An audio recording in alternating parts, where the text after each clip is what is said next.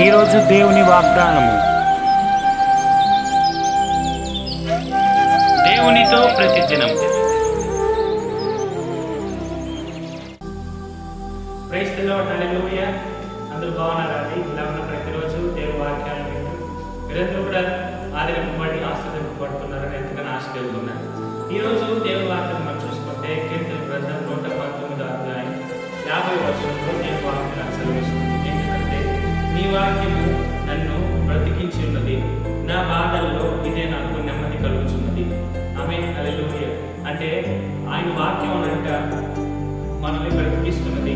మన బాధల్లో ఆ వాక్యమే మనకు ఇంకా బాధలో ఉన్న వాటిని నెమ్మదిని కలుగు చేస్తుంది. దేవుని వాక్యం సెలవిస్తుంది. గమనించండి నా ప్రియమైన బిడ్డలారా, ఇక్కడ ఈ వాక్యం మనం చూసుకుంటే మన బాధల్లో ఉన్నప్పుడు దేవుని వాక్యం మనల్ని ఆదరించేదిగా ఉన్నది. ఇలా మనం మాట్లాడుకుంటూ వెళ్తే ఎస్తేర్ని దేవుడు ఉన్నతమైన స్థానంలో ఉంచాడు, రూతుని దేవుడు ఆశీర్వదించాడు. ఇలా ఎన్నిక లేని జీవితాలు ఎన్నెన్నో ఉన్నాయి, చాలా మంది ఉన్నారు మన బైబిల్లో. ఇలా మనం మాట్లాడుకుంటూ వెళ్తే ఎంతో మంది ఎన్నిక లేని వారందరినీ కూడా దేవుడు ఎన్నుకొని వారందరికీ దేవుడు స్థానం ఉంచారు. ఎందుకో చెప్పిన దేవుని మాటను వారు విన్నారు, దేవుని మాటను అంగీకరించారు, ఆలకించారు. ఆయన వాక్యం అనంట మనల్ని బ్రతికిస్తున్నదంట.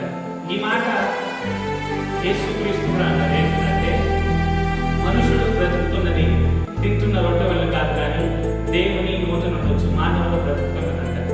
ప్రియమైన దేవుని బిడ్డలు గమనించండి, దేవుని నోటి నుండి వస్తున్న మాట అంటే ఆయన వాక్యం, ఆయన వాక్కు ఎంతో శక్తివంతమైనది. ఈ దినాన మీరందరూ కూడా ఈ యొక్క వాక్యాన్ని మీరు వింటున్నారు, ఈ యొక్క స్వరాన్ని మీరు వింటున్నారు. ఎలాంటి ప్రాసెస్ జరుగుతుందో తెలుసా? ఊహకి అందరిది అనమాట. ఎలాగా మీ చెవులు పనిచేస్తున్నాయో తెలుసా? ఎలాగా మీ కళ్ళు పనిచేస్తున్నాయో తెలుసా? అనేక సిలబసెస్ ఉన్నాయి, అనేక స్టడీస్ ఉన్నాయి. కానీ వాటన్నింటినీ కూడా చదివితే కొంతమందికి మాత్రం మనకు అర్థమవుతుంది. కానీ అర్థం కాని దేవుడు మన శరీరంలో ఉంచాడు. అంటే ఒక వాక్కు ద్వారా, ఒక వాక్యం ద్వారా ఈ లోకాన్ని ఆయన సృష్టించాడు. అలాగనే తన చేతులారా నన్ను చేశాడు. తన ఊపిరి, తన ఆత్మ, తన జీవాత్మ ద్వారా మనము ఈ దినాన్ని బ్రతుకున్నాం. చాలా మంది అనుకుంటారు తింటున్న తిండి వల్ల కాదండి. దేవుడు ఆ దినాన్ని ఆదాము వాళ్ళకి ఏ యొక్క జీవాత్మ ఏదైతే వారి యొక్క నాసికరంలో ఉంటాడో అది మనం 9 నెలలు తల్లి గర్భంలో రూపింపడుతూ ఉంటే ఆ యొక్క జీవాత్మ మనల్ని జీవింపజేస్తూ ఉన్నది. ఈ దినాన నీవు నేను జీవంలో ఉన్నాము, నీవు నేను సజీవ లెక్కలో ఉన్నామంటే దేవుడు ఉచితమైన కృప మాత్రమే. నా ప్రియ దేవుని బిడ్డలారా, ఈ దినాన్ని మనం బ్రతుకున్నామంటే ఆయన వాక్యం మాత్రమే. మన బాధల్లో, మన కష్టాల్లో, మన వేదనలో ఆయన వాక్యం మాత్రమే మనకి నెమ్మది అన్నమాట.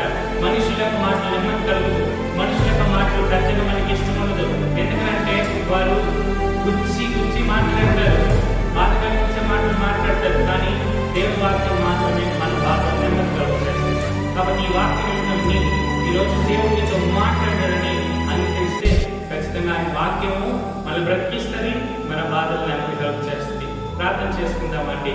అవును యేసయ్య, నీ సన్నిధిలో ఈ ఉదయకాల సమయంలో ఎంతమంది బిడ్డలైతే నీ వాక్యం వాళ్ళందరినీ ఆస్వాదించారు. నిజంగానే నీ వాక్యం మనం బ్రతికిస్తుంది. నీ వాక్యం మాకు తండ్రి మా బాధలను నెమ్మది కలుగు చేస్తుంది. నా దేవ, నా ప్రియ యేసయ్య, నీ సన్నిధిలో నీ ప్రియ బిడ్డలు ఎత్తుపడుతూ ఉన్నాను.